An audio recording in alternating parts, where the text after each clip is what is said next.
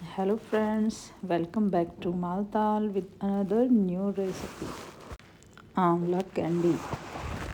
आंवला कैंडी स्वादिष्ट भी होती है और बनाने में भी इतनी ही आसान। ताज़ा आंवले के पेड़ से आंवला तोड़ के मैं लेके आई थी और अब ये प्रोसेस शुरू करते हैं। बहुत ही सिंपल है, सिर्फ 2 ही इंग्रेडिएंट्स लगते हैं। तो पहले हमें इस तरह से मैंने ये 2 केजी आंवले लिए हैं और इनको मैंने पानी उबलने लगा तो इसमें आंवले डाल दिए सारे। जैसे ही बॉयल हुए, नहीं तो नीचे टिक जाएंगे तो लगने का डर रहता है, इसलिए पानी में एक उबाल आ जाए उसके बाद हमें साफ़ किए हुए धुले हुए आंवले इस तरह से इसमें डाल देने हैं और 5-6 मिनट में ही इसमें क्रैक से दिखने लगेंगे। तो अपने को इनको निकाल लेना है और फिर ये देखिए, मैं आपको दिखाती हूँ पास से। क्रैक से आने लग गए हैं और अब इनको इस तरह से किसी झारे वगैरह से हमें किसी भी बड़े बर्तन में निकाल लेने हैं। ये देखिए, अच्छे से बॉयल हो गए हैं, बहुत ज़्यादा नहीं उबालने हैं, इतने ही कि उनकी फांके हैं जो अलग हो जाए, सीड्स निकालने में आसानी रहे।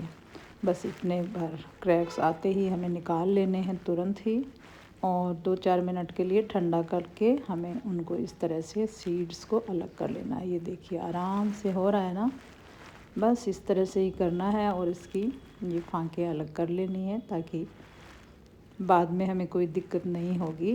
बिल्कुल अलग अलग ही कैंडी होंगी, चिपकेंगी भी नहीं जब चीनी मिक्स करेंगे। इस तरह से सारी निकाल के अलग कर लेंगे। खाने की चीज़ों में तो आंवले को सबसे ज़्यादा न्यूट्रिशियस माना गया है, तो अपने को आंवले को तो किसी न किसी रूप में शामिल कर ही लेना चाहिए। मुझे तो जब भी आंवले दिखते हैं मैं कुछ न कुछ बना ही डालती हूँ और लिए बिना रहा ही नहीं जाता। आंवले में विटामिन सी, कैल्शियम, आयरन भरपूर होता है। इम्यूनिटी बूस्टर तो है ही।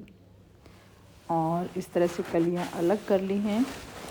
अब इनको मैंने एक साफ़ प्लास्टिक का कोई चौड़े मुंह वाला डिब्बा या कोई अलग से इस तरह की बाल्टी टाइप ले आए जिसमें हमें रखने में, बाहर और अंदर करने में भी आसानी रहती है। तो ये मैंने, मेरे पास एक बड़ा चौड़े मुंह वाला है इस तरह का डब्बा, उसमें मैंने एक लेयर लगा दी है आंवला की और एक लेयर लगा दी है चीनी, या आप गुड़ में बनाना चाहें तो बारीक काट के गुड़ भी डाल सकते हैं। तो इस तरीके से बस इनको एक एक लेयर लगाते जाना है ताकि एक जगह चीनी ज़्यादा ना रहे, सभी जगह इक्वली हो जाए। और बस इसका सुबह आप डाल के रखेंगे तो शाम तक चीनी का पानी बन जाएगा अपने आप और ये सिरप में डूबी हुई सी नज़र आएंगी। तो इस तरह से इसको हमें लगाते जाना है। डाइजेशन इम्प्रूव भी करता है और आयरन का अच्छा एब्जॉर्प्शन है क्योंकि ये भरपूर विटामिन सी है।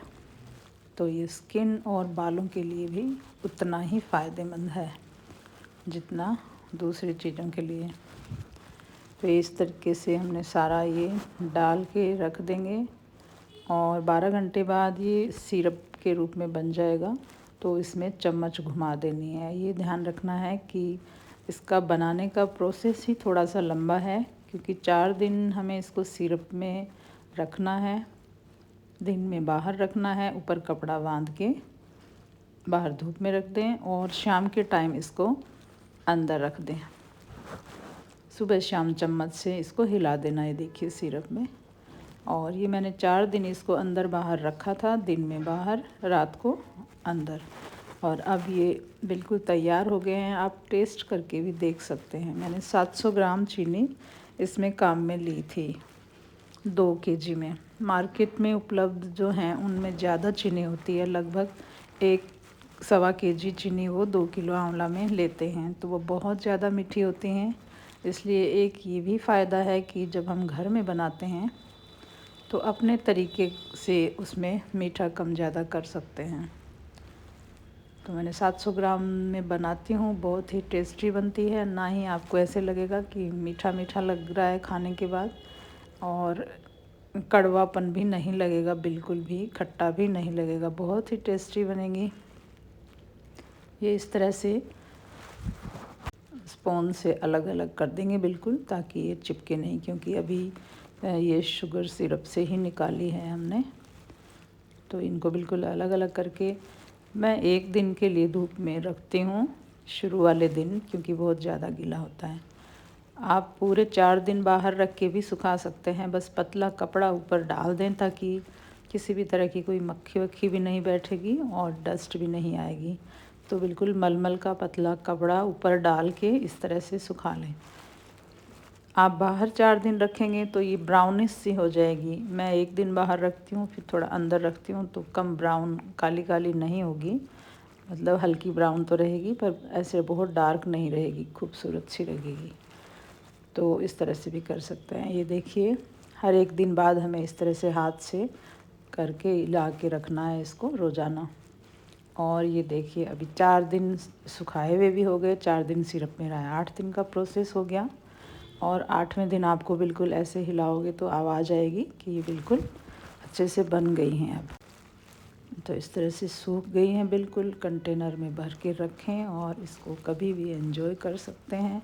बच्चे टॉफ़ी समझ के खाते हैं, बहुत ही स्वादिष्ट लगती है और सभी को बहुत ही पसंद आती है। हम कभी भी कोई भी इसको किसी भी समय खा सकते हैं। आंवले को दूसरे रूप में अगर खाना चाहें तो थोड़ा टाइम लगता है कि ये बनाएं वो बनाएं, लेकिन ये एक बार इस तरह से बना के स्टोर कर ले तो हम किसी भी वक्त सुबह खाएं, खाने के बाद खाएं।